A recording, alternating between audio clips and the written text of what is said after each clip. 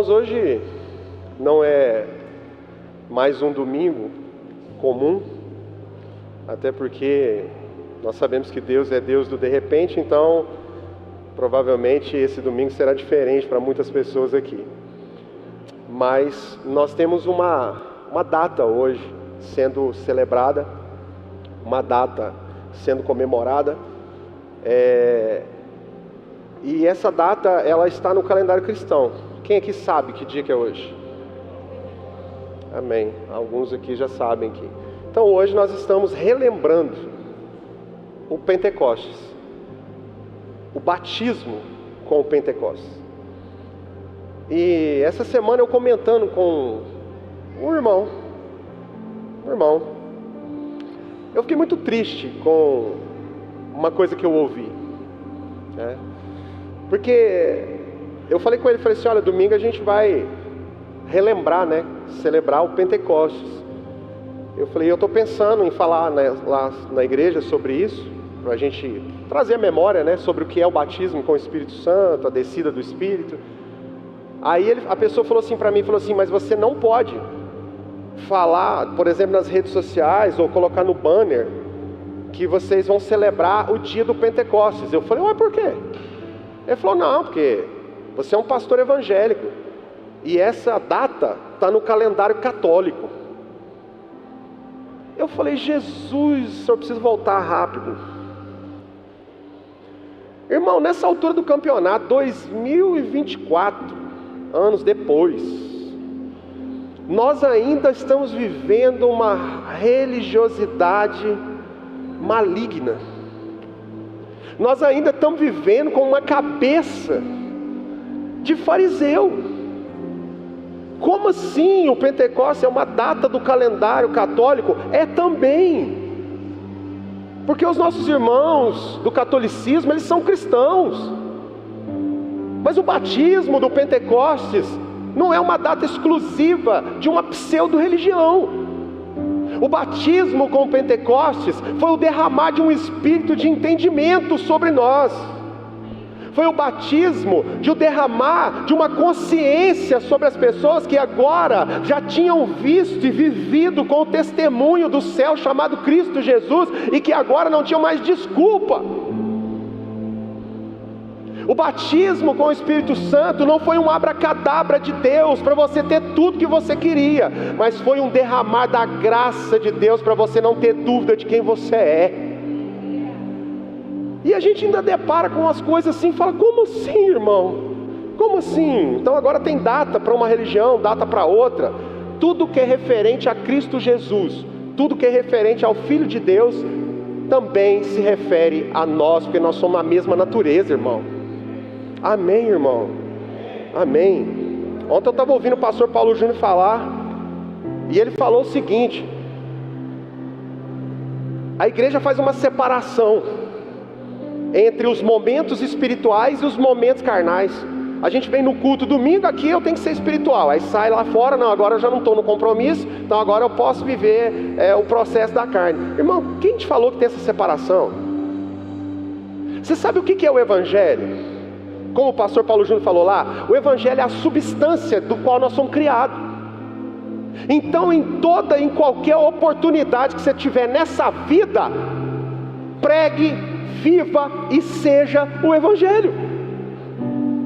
Quando você está lá na sua casa, você tem uma oportunidade de ser o Evangelho. Nós somos o Evangelho. Ele falou um negócio lá, ele falou assim que Jesus, se você fosse sentar com Jesus, fosse nos dias de hoje, não, vou sentar com Jesus para comer um McDonald's, vou comer um sanduíche com Jesus com Coca-Cola, Jesus ia achar um jeito de falar de Coca-Cola para você entender do Evangelho. Por isso que quando a gente vai falar com os nossos filhos, nós precisamos pegar o gancho que Deus está nos dando, a importância e a relevância da conversa para falar de Jesus, para pregar o Evangelho para as pessoas. Tudo manifesta e mostra a essência do Filho de Deus que nós carregamos. Isso é um batismo. Então hoje eu quero falar com vocês, né, numa conversa mesmo, uma conversa regada aqui com o movimento do Espírito, que ele fique à vontade. Mas eu quero falar sobre isso, sobre o Pentecostes. Então eu queria que você abrisse a sua Bíblia agora. Abre lá no livro de Atos, no capítulo 1. Atos, capítulo 1.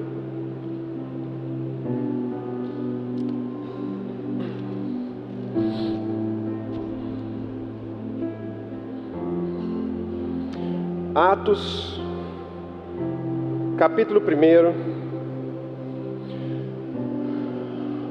Até que você acha aí, que você está procurando na Bíblia, ou vai acompanhar aqui, não sei se vai colocar. Entenda aqui uma coisa, me dê aqui sua atenção. O livro de Atos, no capítulo 1, ele fala da igreja que estava sendo preparada para o Pentecostes. No capítulo de número 2, ele fala sobre a igreja recebendo o batismo de Pentecostes. E no capítulo de número 3, ele fala sobre uma igreja que agora já está batizada no Espírito Santo. Então eu quero discorrer com vocês aqui no capítulo 1, no 2 e no 3. Eu pretendo ser rápido, acredito que por volta de 10h50 a gente termina. Esses crentes aprendeu, né? Eles treinam em casa, né? Fala, glória a Deus. Eu sei, deixa passar de 9 horas para você ver. Amém. Vamos lá, Atos capítulo 1. Vamos lendo aqui e vamos meditando sobre.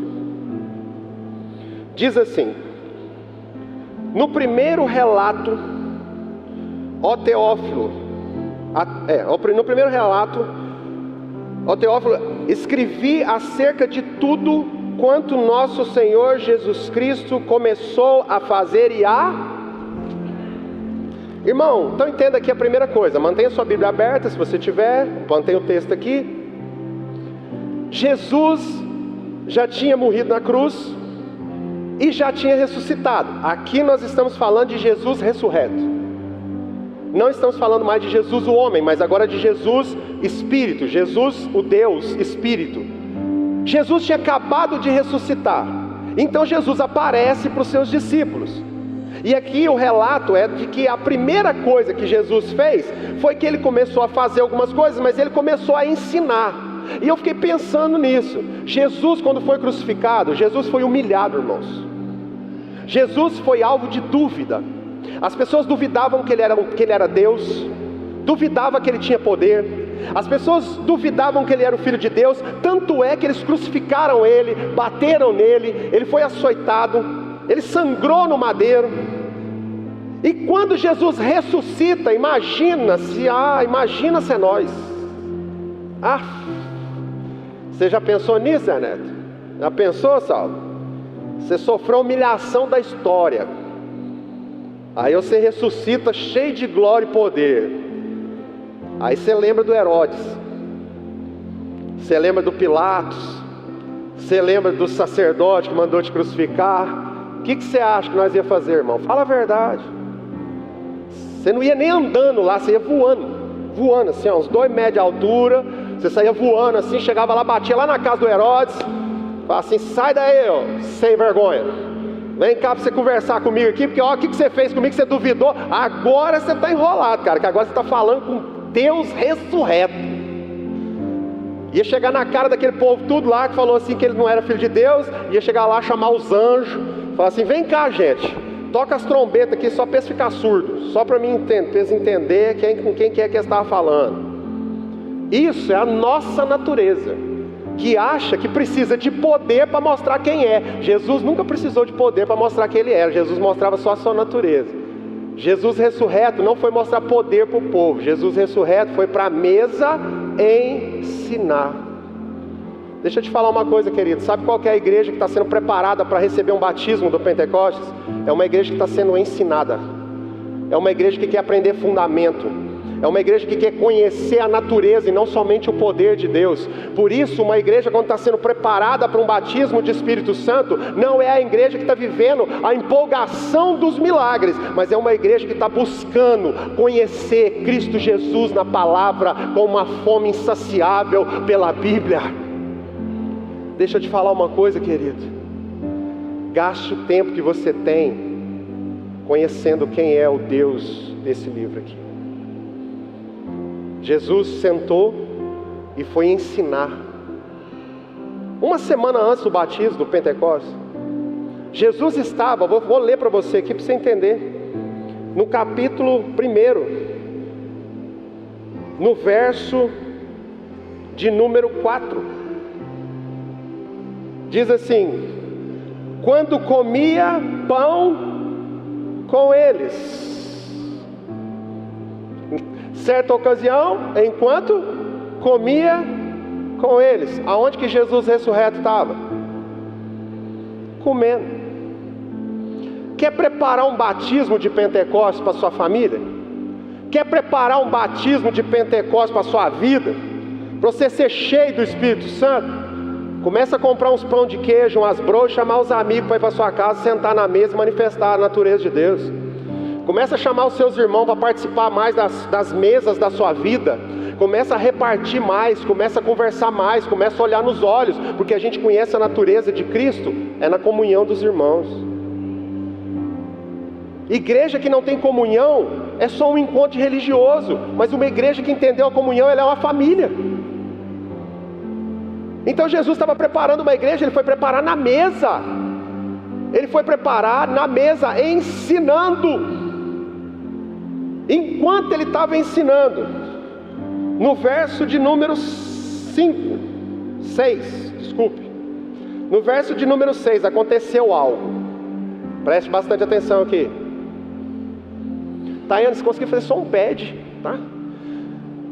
No verso de número 6 aconteceu um negócio. Jesus está lá ensinando, e uma pessoa interrompeu Jesus. Irmão, deixa eu te falar uma coisa para você. Para uma pessoa me interromper, por exemplo, se eu estou pregando aqui, com certeza é porque ela tem algo importante para falar, sim ou não? A não ser que esteja embriagado, mas, normal, a pessoa teria que ter algo importante. Agora você imagina, a pessoa interrompeu Jesus ressurreto. Jesus ressurreto em espírito, ensinando, a pessoa interrompeu Jesus e fez uma pergunta. Olha a pergunta. Quando eles estavam reunidos, lhe perguntou, dizendo: Senhor, quando será que o Senhor restituirá o reino de Israel nesse tempo? Irmão, em nome de Jesus, essa pergunta aqui foi uma pergunta de caráter político no meio de uma conversa espiritual. Jesus ensinando sobre o batismo do Espírito, a transformação do caráter. Vem uma pessoa e pergunta assim: deixa eu te perguntar um negócio, Jesus, que dia que a minha casa lá, da minha casa, minha vida vai sair? Porque já faz tempo que eu fiz inscrição. Foi mais ou menos isso. Jesus, deixa eu te perguntar, que dia que o Senhor vai asfaltar minha rua? Como é que é? Vai ser nessa época aí que vai asfaltar minha rua? Porque minha rua está uma poeira. Jesus, quando é que vai ter uma água melhor lá em casa? Porque lá a queda da água é ruim, não tem nem jeito de eu lavar lá fora. Foi mais ou menos essa aqui, a pergunta que fizeram para Jesus. E nos dias de hoje a igreja está tão rasa, a igreja está ficando tão rasa, que ela começa a pensar assim: ah, é mesmo, né? Jesus podia se compadecer dessa situação e falar assim: é mesmo, meu filho, eu sei dos conflitos do seu coração, eu sei que você quer uma vida melhor. Faz o seguinte, ora para mim que eu vou lá no espírito do prefeito para asfaltar a rua para você. Ora para mim, faz uma oração fervorosa, uma campanha. Aí eu vou lá falar com o pessoal que é responsável para ver se asfalta a rua de sua casa, se melhora o saneamento básico, se te dá um emprego melhor. Você acha mesmo que foi isso que Jesus falou? Você acha mesmo que é nesse nível que Jesus anda, irmão, no batismo, preparando uma igreja para ser batizada de Pentecostes, irmão? Olha a resposta que Jesus deu. Verso de número 7. Eu amo Jesus. E ele lhes disse: não vos compete conhecer a época ou os tempos que o Pai estabeleceu com seu próprio poder, mas quando o Espírito Santo vier sobre vós, recebereis poder. Sabe o que Jesus estava dizendo? Jesus estava dizendo: eu não sei que dia que asfalta a tua rua, mas você vai receber poder do Espírito Santo. Eu não sei que dia que essa doença vai ser curada, mas você vai receber um poder do Espírito Santo. Eu não sei que dia que você vai ter uma casa melhor, mas você vai receber o poder do Espírito Santo. Porque essa é a proposta. Uma igreja que está sendo preparada para receber um batismo do Espírito Santo tem que largar os desejos da sua carne e entender que virá do alto um poder para transformar uma sociedade inteira. Por que ainda não transformamos? Porque estamos como essa pessoa, interrompendo o que Jesus está ensinando sobre o Espírito Santo, para saber que dia que Ele vai realizar os meus desejos. Ele disse: não compete a você saber, mas uma coisa eu posso te garantir, que o Espírito Santo descerá sobre você. Essa é a promessa. Oh meu Deus, oh Jesus. E quando Jesus falou isso, Jesus continuou dizendo: e sereis minhas testemunhas. Vocês vão receber um poder do Espírito Santo, mas esse poder vai tornar vocês algo. E quando a gente olha testemunha, muitas vezes somos ensinados que essa palavra veio de testamento, que seremos testemunhas como quem é herdeiro. Não, a palavra original do hebraico, testemunha, é a mesma palavra para mártire. Vocês receberão um poder chamado Espírito Santo, e a partir desse dia, vocês serão meus mártires, porque quem é batizado com o Espírito Santo, agora não é mais dono da sua própria vida, mas entregou a sua vida em favor de Cristo Jesus. Agora não vivo mais eu, mas Cristo vive em mim. Oh meu Deus! A igreja está sendo preparada para receber um poder, que esse poder vai fazer você entregar a sua vida completamente ao Senhor Jesus. E você será um mártir, porque a sua vida será sempre em favor dele. Sempre, sempre, sempre. Oh meu Deus! Serão minhas testemunhas, serão meus mártires. Cadê os mártires dessa geração? Aonde estão os mártires dessa geração? Aonde estão aqueles que vão receber um poder que vem do alto, mas vão se encher do Espírito para agora entregar a vida, ao invés de se encher de um Espírito, esperando que a vida do outro seja em teu favor? Você cheio do Espírito, é a tua vida em favor do outro, porque a Bíblia diz: enchei-vos do Espírito Santo. Não é enche-me do Espírito, é eu enchendo a vida do meu irmão com o Espírito que veio sobre mim, e agora a minha vida não é como quem recebe, a minha vida é como quem sopra. Esse é o batismo, um preparo para o batismo. E quando Jesus falou isso, sabe o que aconteceu? Ele ainda disse assim, ó: e vocês serão meus mártires em Jerusalém, e em toda a Judéia, e mesmo na região da Samaria e até os confins da terra. Ele falou: vocês serão meus mártires pelo mundo inteiro.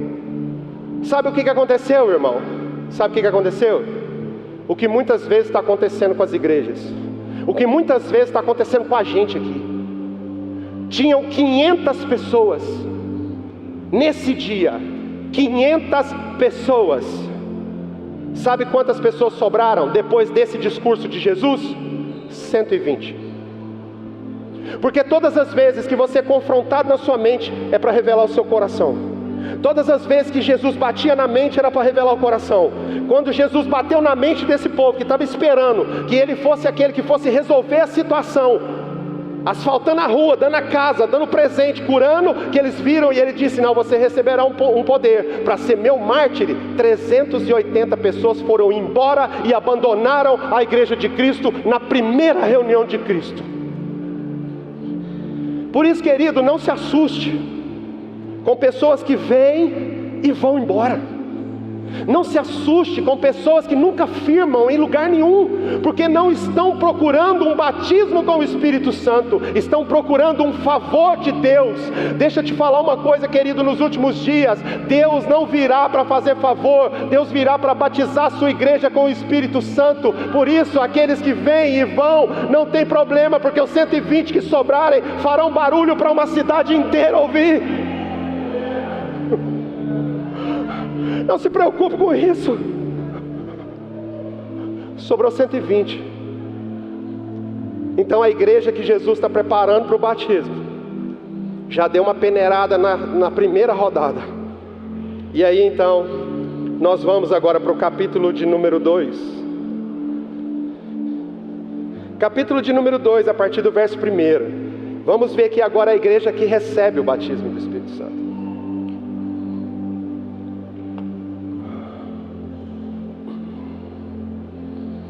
Diz assim, Atos capítulo 2, verso 1.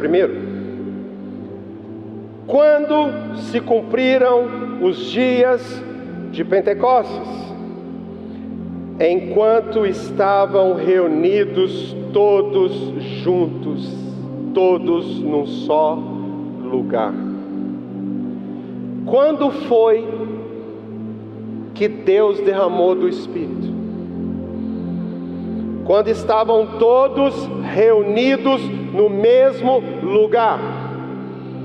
Isso não é geográfico. Deus não está falando, eu vou levantar uma igreja que vai juntar todo mundo e é ali que eu vou derramar. Não, Deus está falando, no dia que vocês estiverem no mesmo lugar de consciência, no mesmo lugar de entendimento, no mesmo lugar me representando, vocês receberão um batismo com o Espírito Santo. Porque o batismo com o Espírito Santo é o batismo de consciência, de comunhão. Deixa eu te falar uma coisa, querido. Comunhão não é todo mundo cantar a mesma música. Comunhão é todo mundo cantar para o mesmo Deus. A gente tem vivido dias de muita complicação, muita coisa, sabe, muita maldade no coração das pessoas, muita maldade. Eu vejo que a religião é um veneno. É um veneno que tem aguçado maldade no coração daqueles que não querem viver o Cristo. Estava comentando com a Jaqueline esses dias, a gente conversa muitas vezes a respeito das estéticas, assim, a gente gosta de discutir, eu principalmente eu gosto das coisas legais, bonitas, né? Então a gente estava discutindo e mais uma vez se levantou, esses dias para trás, as questões de parede preta. Porque escutei na academia ali, uma pessoa chegou e falou assim, eu tenho muita vontade de ir naquela igreja, mas eu não vou porque a parede é preta. Pelo amor de Deus! Pelo amor de Deus, o que é isso que nós estamos vivendo? Que consciência é essa que separa o que é bom, o que é ruim, por uma cor de parede, por uma roupa que usa, por uma família do jeito que ela é, como que ela dá glória a Deus, como que ela canta, se são louvores worship ou se são hinos, não interessa, irmão. A igreja que vai estar pronta para um batismo com o Espírito Santo é a igreja que tem um só pensamento, em comunhão com Cristo Jesus. Não interessa se eu converso com um skatista, eu vejo Cristo nele. Se eu converso com um de terno e gravata, eu vejo Cristo nele. Se eu converso com uma irmã que está chegando agora aqui na igreja, ainda está com a roupa curta, mas entendeu, eu vejo Cristo nela. Se eu vejo alguém que já está aqui há muitos anos, entregando a vida em favor de outro, eu vejo Cristo nele. Não interessa como que é, porque o movimento é de consciência e não de padronização. Um batismo de Pentecostes, irmão, daqui uns dias a gente pinta essa igreja de outra cor, e aí vai falar assim, agora tem Deus lá. Agora o Senhor chegou porque mudou a cor da parede. Não, irmão, só mudou a estética. Certa época é de um jeito, depois é de outro. A gente vai vendo as tecnologias, é só isso. A gente está vivendo uma pequenez. E as pessoas começam a dizer, nos lugares onde está acontecendo movimentos de avivamento, como esse lugar tem vivido. Vão tentando minar a mente daqueles que ainda não entenderam, que não precisam viver por religião.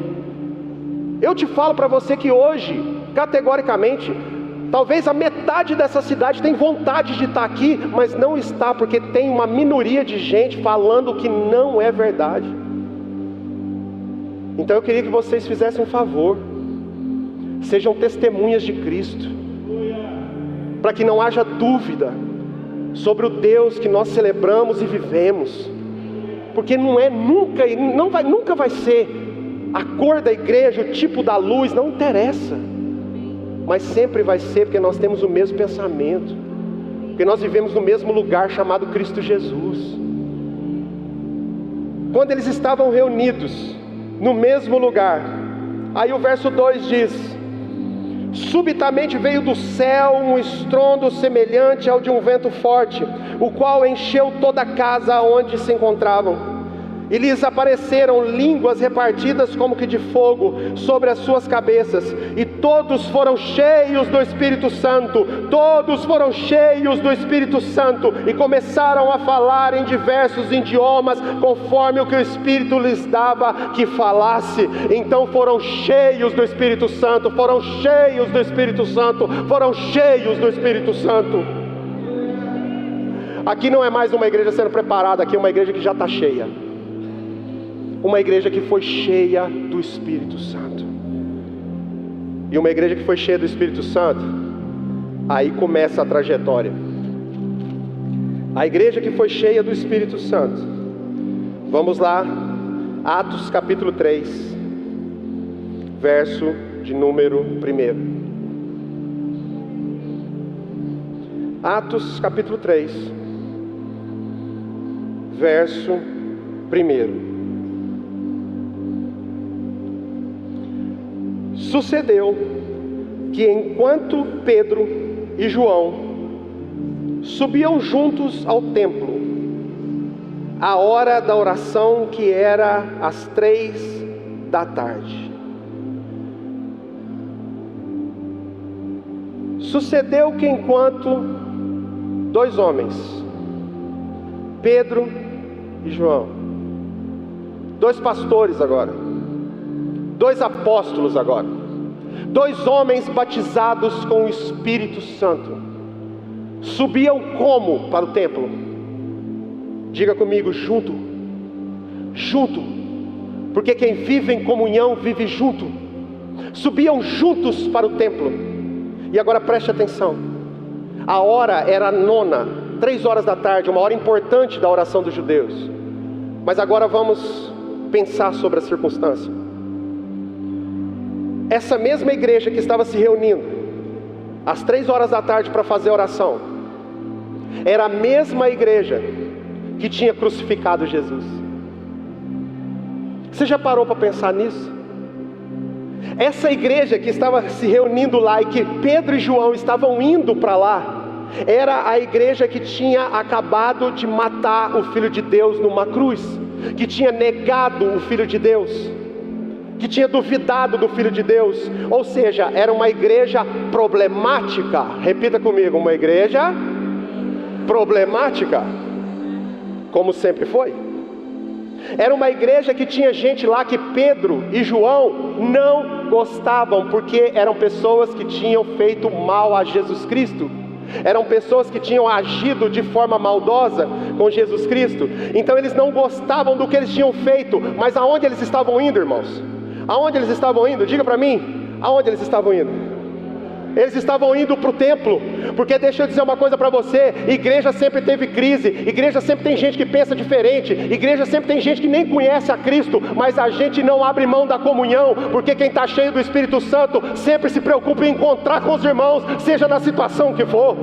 Não há desculpa para a gente não reunir, porque se a gente for buscar desculpa, esses dois homens aqui tinham todas as desculpas do mundo para falar: eu vou orar em casa, porque esse povo não presta, esse povo não reconheceu o Filho de Jesus. Mas eles foram para o templo, porque mais importante do que o que eles sentiam é a certeza daquilo que agora eles eram, portadores do Espírito Santo, que convenceria todos eles de que Jesus era o Cristo. Deixa eu te falar uma coisa, irmão, presta atenção no que eu estou te dizendo. Quando a igreja ficar difícil, quando você estiver perto de pessoas difíceis, não é hora de você sair, é hora de você firmar mais. Porque na hora que tem gente difícil perto de você, é você que é o portador do Espírito Santo para convencer essa pessoa e que ela seja cheia do Espírito Santo também. Não tem desculpa, irmão. Eles foram para o templo. Igreja difícil é lugar de gente cheia do Espírito Santo, irmão. Quanto mais difícil está, mais Deus vai enviar os seus filhos cheios do Espírito Santo. Vão ser contrariados? Vão. Vão falar de você? Vão. E o que você vai fazer? Ser um Cristo. Amar. Pregar Jesus. Ser pregado como Jesus foi pregado. A gente desiste muito fácil das pessoas, irmãos. Nós estamos desistindo muito fácil das pessoas. Bastou um problema, não vou lá mais. Arrumou uma atividade para fazer, não vou lá mais. Falou alguma coisa que você nem sabe se é verdade, não vou lá mais. Sendo que na verdade os filhos de Deus cheios do Espírito Santo sempre vão para esses lugares, porque a luz é que dissipa as trevas. Quem é cheio do Espírito Santo é que ilumina quem ainda não foi aceso. Ir para o templo, para uma igreja complicada, é o que eles foram fazer.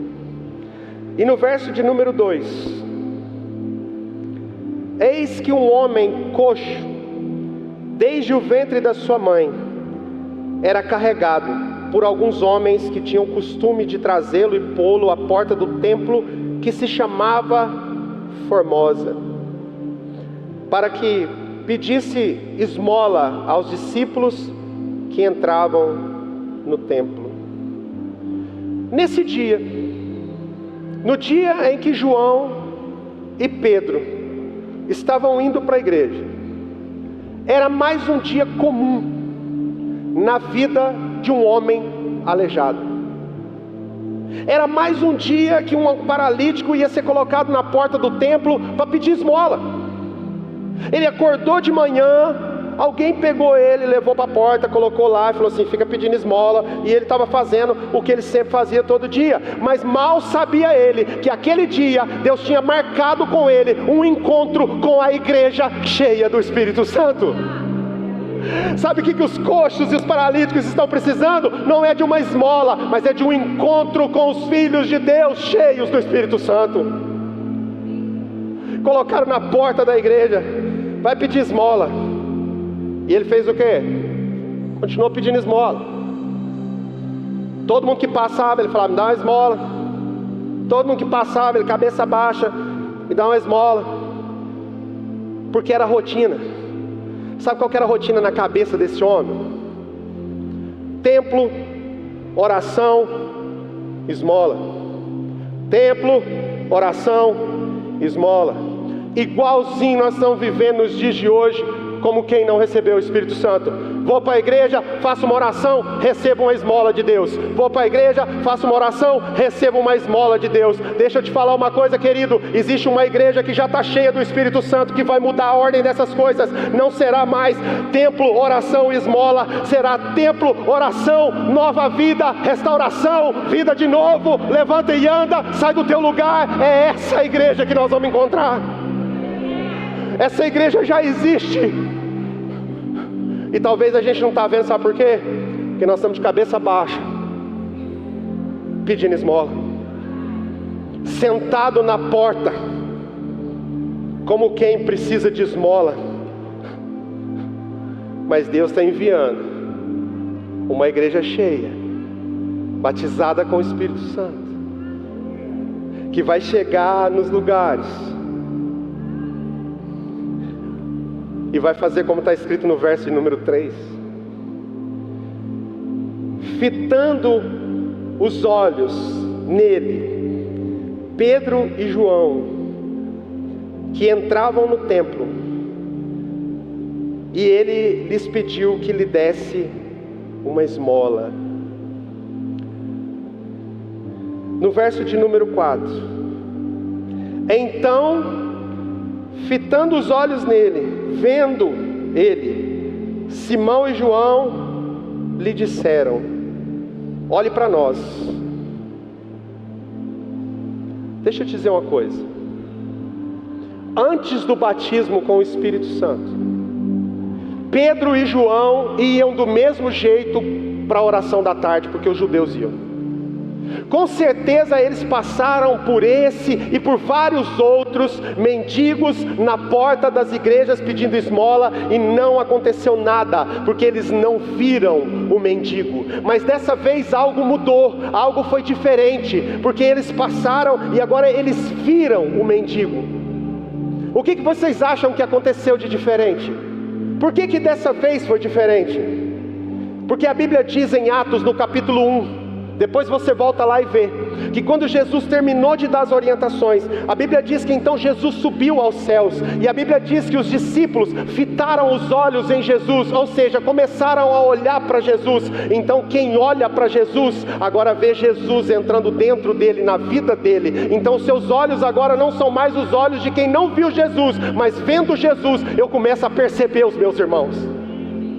Sabe que dia que nós vamos ser uma igreja batizada no Espírito? O dia que a gente começar a perceber os irmãos que a gente não percebe.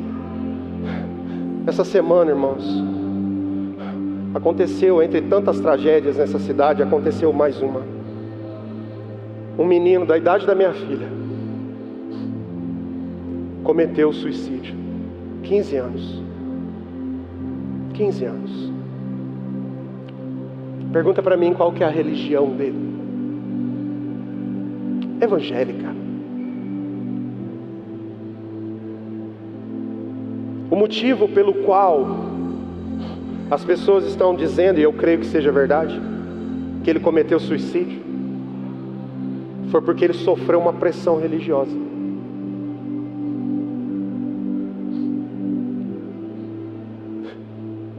Tem hora que eu fico me perguntando, que dia que foi que a igreja deixou de olhar para Jesus?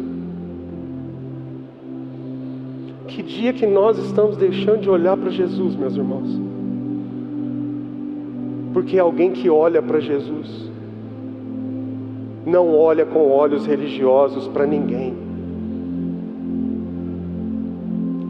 Quem olha para Jesus carrega Jesus na sua natureza e olha para as pessoas com compaixão. Irmão, a gente não foi feito para concordar com o pecado,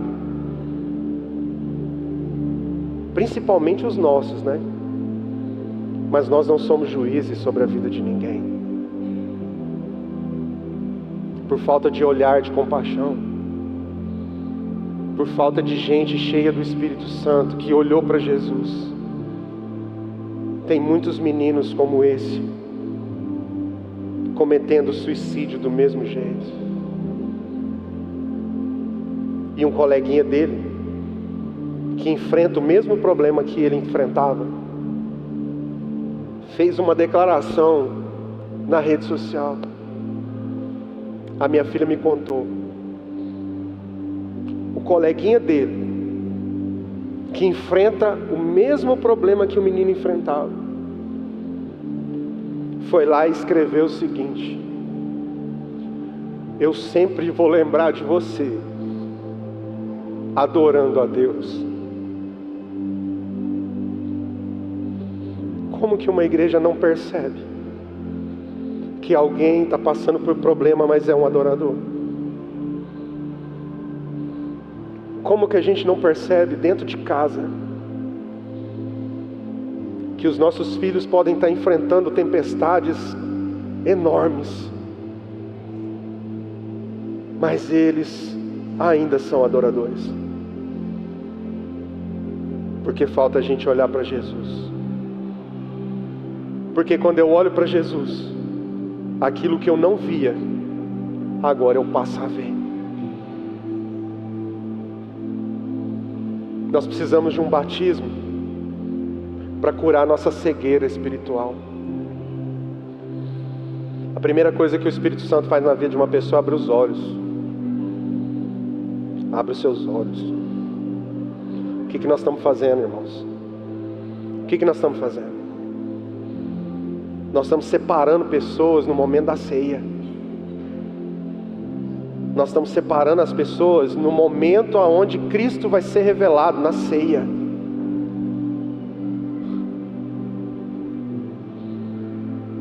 Que Deus tenha misericórdia de nós. e nos batize com o Espírito que vai abrir os nossos olhos. Quando Pedro e João passaram pela porta, os olhos deles foram abertos, eles viram que tinha um homem que estava ali na porta e que não precisava de uma esmola, precisava de um destino. Deus trouxe vocês aqui essa noite para dizer uma coisa para vocês: vocês não precisam de esmola, vocês precisam de destino. Os filhos de vocês não estão precisando de uma esmola religiosa, estão precisando de destino. Estão precisando conhecer quem eles são, conhecer a natureza deles. Quando eles olharam para o paralítico, eles disseram assim: eu não tenho o que você quer. Sabe o que é o nosso problema? É que a gente vive uma vida tentando ser um cristão que dá para as pessoas aquilo que elas querem e não ser aquilo que elas precisam. Deixa eu te falar uma coisa, querido: você não foi chamado para se esforçar para dar para as pessoas aquilo que elas querem. Você foi chamado para manifestar o Cristo que você é em favor dela. Porque muitas vezes você vai ter que dizer para ela: não é isso que Deus preparou para você. Isso que você quer para te manter nesse lugar, eu não vou te dar. Porque nós não fomos chamados para manter as pessoas no cárcere da esmola gospel. Irmão, jamais eu faria uma campanha nessa igreja para prender você aqui. Jamais a gente faria um movimento aqui para você ficar 7 semanas fazendo não sei o que, 10 semanas fazendo não sei o que, para tentar prender você aqui. Porque não é disso que você precisa. Você precisa entender que você foi livre. Você está liberto na cruz do Calvário. Você precisa entender que foi para isso que Cristo te libertou, para vocês serem livres. E alguém agora que é livre não precisa mais de uma esmola, ele só quer entender o destino que Deus vai dar para ele. E eu vou dizer uma coisa para você aqui essa noite: só consegue libertar cativo quem já saiu da prisão. Eu vou repetir isso: só consegue libertar os cativos quem já saiu da prisão. Conhecereis a verdade, e a verdade vos... Engraçado, parece que assim, o evangelho que a gente vê é outro, né? Parece que o evangelho que a gente está escutando é: conhecereis a verdade e receba tudo que você quer. Conhecereis a verdade e os seus sonhos serão realizados. Conhecereis a verdade e você vai ficar livre das aflições. Não, conhecereis a verdade e a verdade vos libertará. A verdade é Cristo Jesus. Eu sou o caminho, a verdade e a vida. Ninguém vem ao Pai a não ser por mim. Quer ser livre? Conheça Cristo Jesus. Quer saber quem você é? Olhe para Cristo Jesus. Quer saber do que você é feito? Olhe para o Filho de Jesus, porque essa é a tua natureza, que vai chegar na porta dos templos e vai falar: eu não tenho ouro e nem prata para te dar, mas uma coisa eu tenho, uma coisa eu tenho, uma coisa eu tenho. A gente está vivendo como quem não tem nada para dar para as pessoas. Talvez você não tenha um carro para dar para o seu irmão, mas você tem o Espírito Santo. Talvez você não tenha dinheiro para dar para a pessoa, mas você tem o Espírito Santo. Talvez você ainda não tenha o marido que você precisa ser para dar para sua esposa, mas você tem o Espírito Santo. Alguma coisa você tem, e aquilo que eu tenho eu te dou. E sabe o que a Bíblia diz? A Bíblia diz, no versículo de número 6, número 7: então Pedro o tomou pela mão. Ah, meu Deus! Irmão, antes de um milagre acontecer na vida de qualquer pessoa, Deus vai usar alguém para estender a mão. Sabe por que a gente não vive milagre mais? Porque a gente não entendeu que tem que estender a mão. Pastor, mas essa pessoa, nossa, pastor, essa pessoa me traiu. A Bíblia diz que na última ceia, Jesus disse assim: um de vós vai me trair. Então os discípulos, olhando um para o outro, disseram: sou eu. E Jesus disse: aquele que me trai é aquele que molha o pão no meu prato. Aonde Judas estava na ceia? Onde Judas estava na ceia, irmão? Se ele molhava o pão no prato de Jesus, Judas estava do lado de Jesus. Deixa eu dizer uma coisa para você: aquele que te trai não é o que Deus vai pôr para longe. Aquele que te trai é aquele que vai providenciar para você um prato, para você ser a oportunidade dele poder molhar o pão no teu prato e se arrepender depois. Sabe quando a Bíblia diz: o Senhor é meu pastor e nada me faltará? Alguém já ouviu isso? Alguém aqui já ouviu? Já leu nos muros, nos para-choques de caminhão? O Senhor é meu pastor e nada me faltará. Olha que coisa linda, que coisa maravilhosa, que versículo pentecostal, para ter um culto pentecostal. O Senhor agora é meu pastor, nada vai me faltar. Eu não tenho carro, agora eu vou ter carro. Eu não tinha casa, agora eu vou ter casa. Eu não tinha dinheiro, agora eu vou ter dinheiro. Eu não tinha saúde, agora eu vou ter saúde. Mas não é isso. O Senhor é o meu pastor e nada vai me faltar. Não vai faltar amigo para sentar na mesa comigo e me ajudar na hora que eu preciso, mas também não vai faltar quem me traia. Não vai faltar para a gente momentos de ter dinheiro, mas também não vai faltar momento de você não ter nada.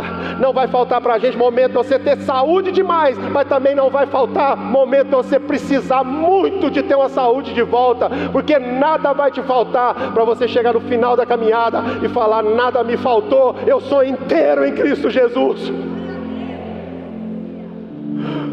É só você entender o processo, irmão.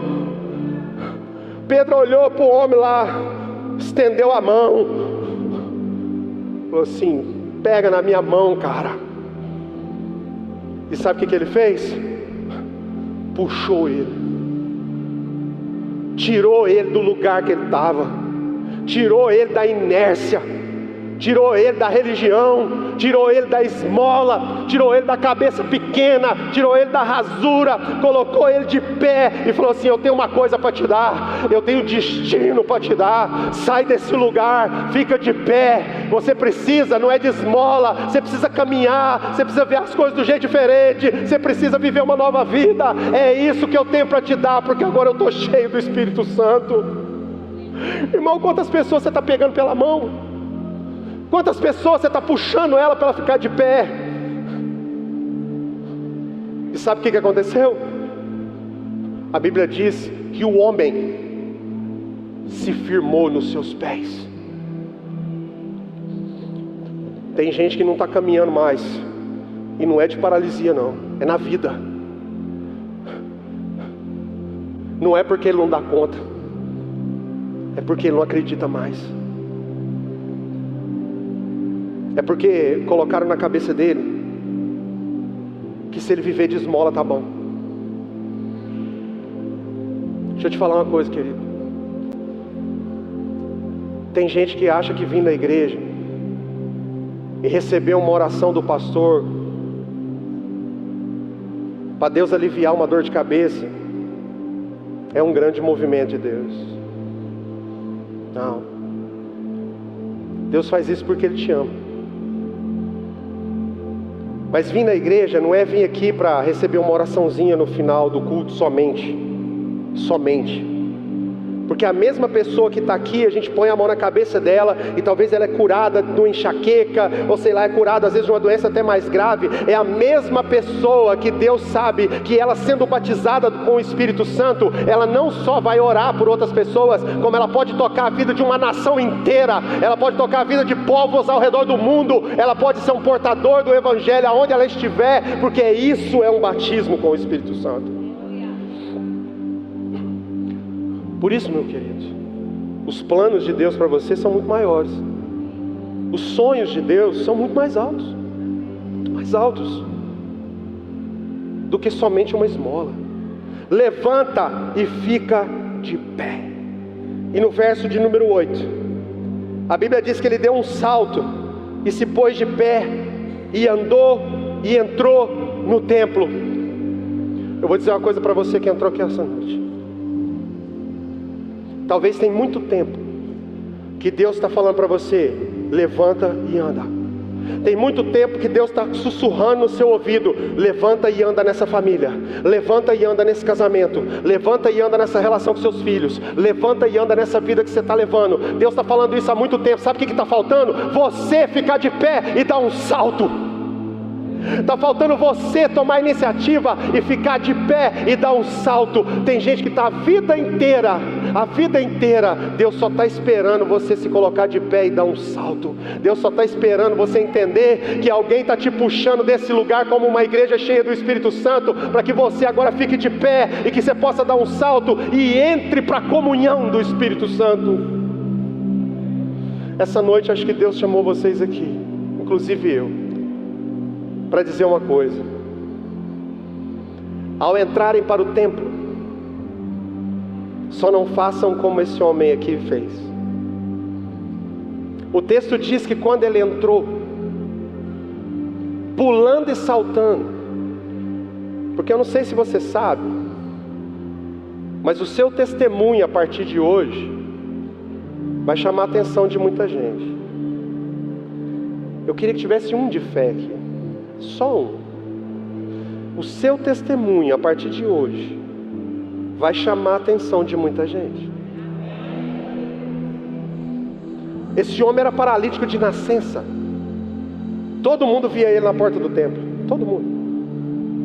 Até que uma igreja cheia do Espírito foi lá, e esse homem agora então está correndo e pulando dentro do templo. Mas sabe o que o povo fez? Igualzinho a gente faz. Ao saberem que Pedro e João tinham orado com ele, e ele estava correndo agora, foram todos para cima de Pedro e João para saber como que isso tinha acontecido. Não para condenar, mas para querer a mesma coisa. Porque esse é a idolatria que existe no nosso coração.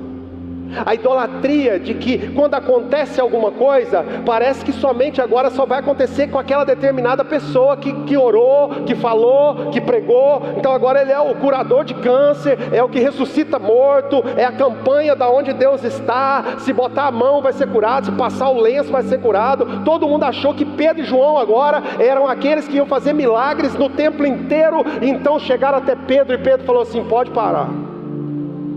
Pode parar. Por que vocês estão assustados como vocês estão? Vocês estão mesmo achando que fomos nós que fizemos esse homem andar? Ele disse: quem fez esse homem andar foi aquele que vocês crucificaram e colocaram na cruz. Quem fez esse homem andar foi Jesus Cristo, que ressuscitou e agora em espírito está fazendo maravilhas no meio de vocês. Sabe o que ele estava dizendo? Quando acontecer alguma coisa no meio da igreja, não olhe para nós homens mortais, mas olhem de novo para Cristo Jesus, porque é Ele que está fazendo isso. Lembra quando ele parou de frente ao paralítico? E ele disse assim: olhe para nós. Estava onde? Nessa hora eles estavam onde? Diga comigo: na porta do templo, do lado de fora. Daquela porta para fora, você pode chegar para alguém hoje como alguém que vai levar destino e falar assim: olha para a minha vida.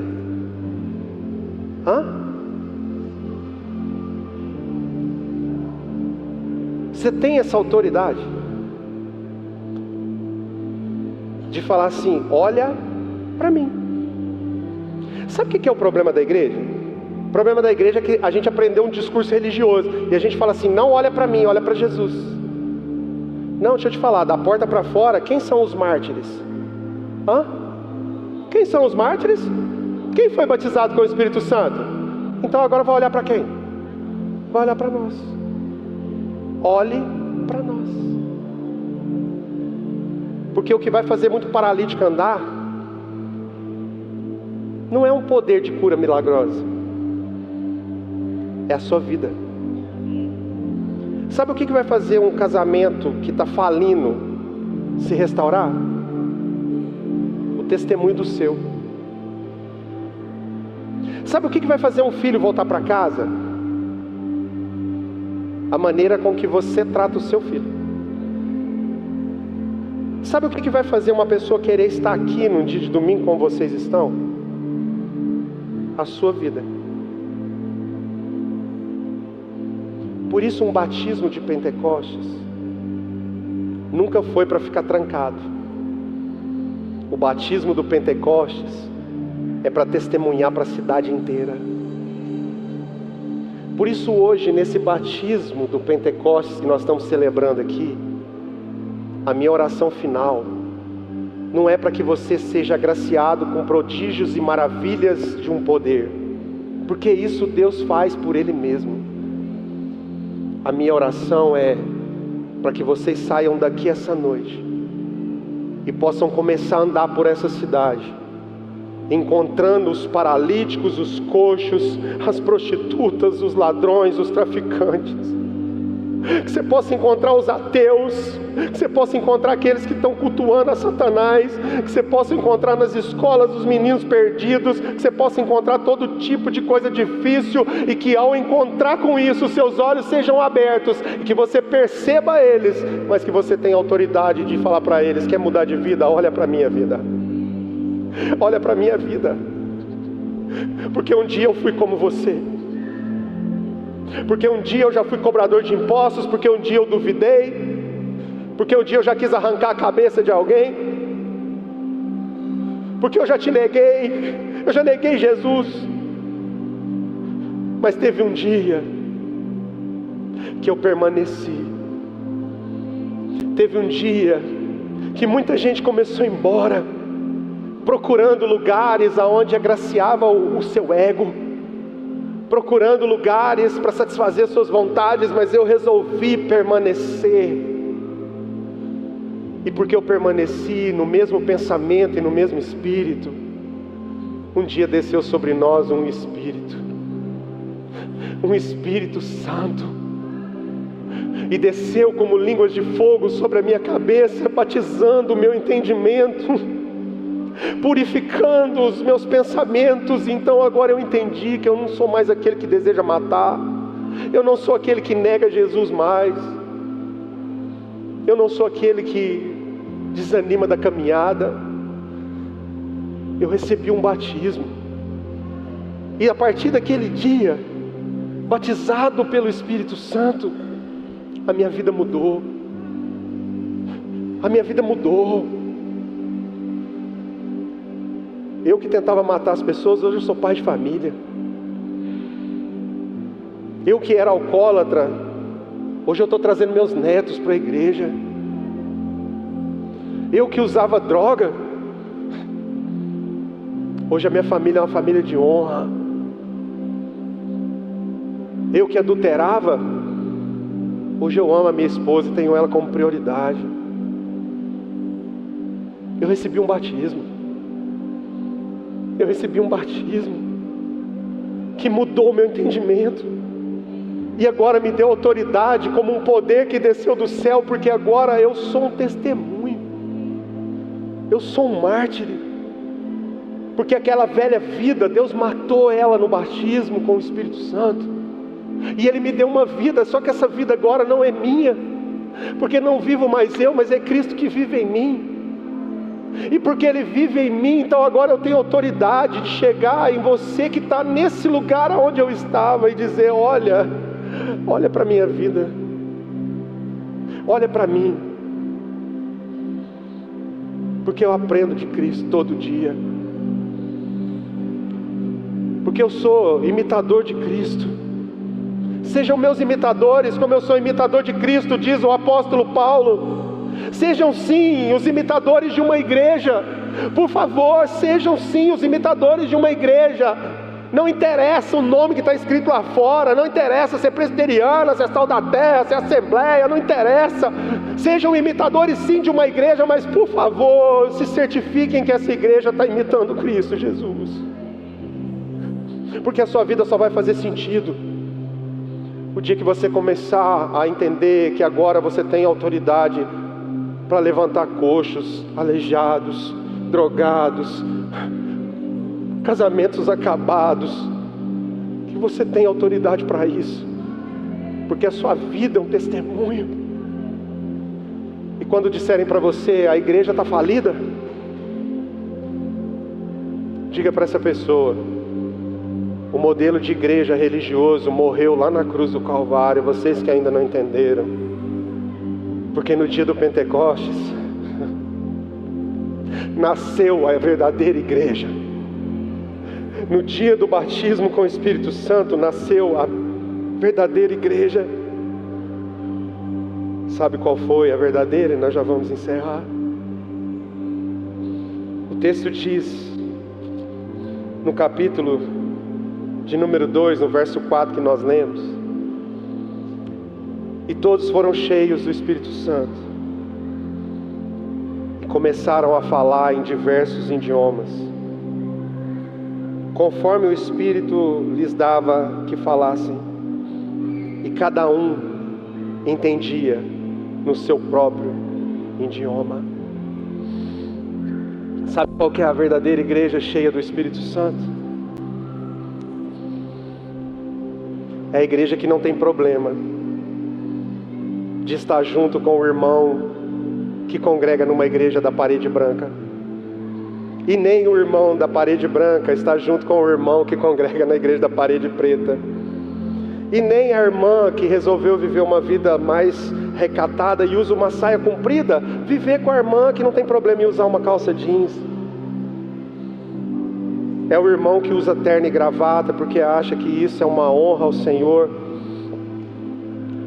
Conseguir conviver com o irmão que não tem problema de vir para o culto de bermuda e de camiseta. Sabe qual que é a igreja cheia do Espírito Santo? É uma igreja que convive com os diferentes dentro da mesma casa,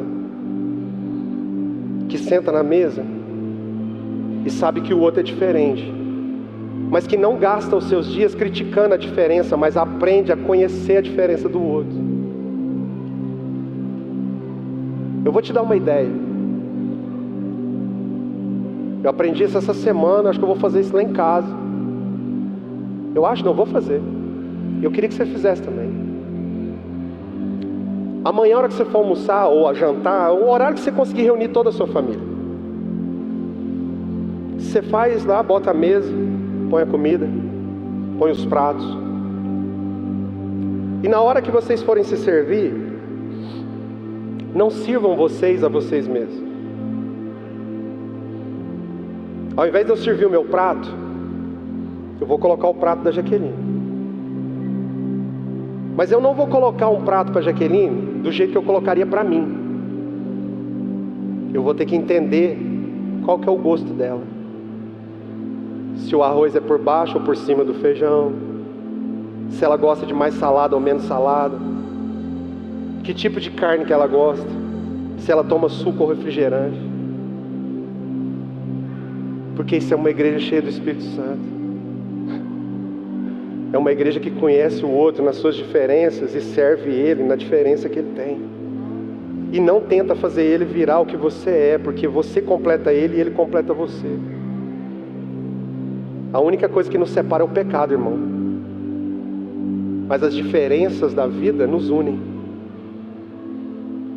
Lembra de um batismo que teve num vale de ossos secos? Quem lembra disso? soprou do Espírito no vale de ossos secos, Ezequiel. Quem lembra lá o que aconteceu? Quando Deus diz profetiza, soprou um Espírito dos 4 cantos, e houve um rebuliço, e então cada osso correu para o seu. Cada osso correu para o seu osso. Deixa eu te falar uma coisa, querido. Você sabe por que você consegue ficar em pé? Porque o osso da sua canela é diferente do fêmur.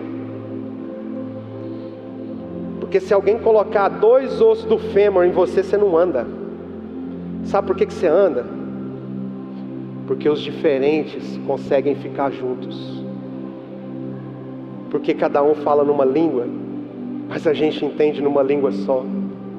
Porque nós não estamos aqui para separar pessoas por aquilo que elas fazem, mas nós estamos aqui para ter certeza que o dia que a gente for batizado com o Espírito Santo, nós somos um em Cristo Jesus, e ouvimos a mesma voz. Amém, amém e amém. Você crê nisso? Então aplauda o Senhor. Aleluia. Glória a Deus.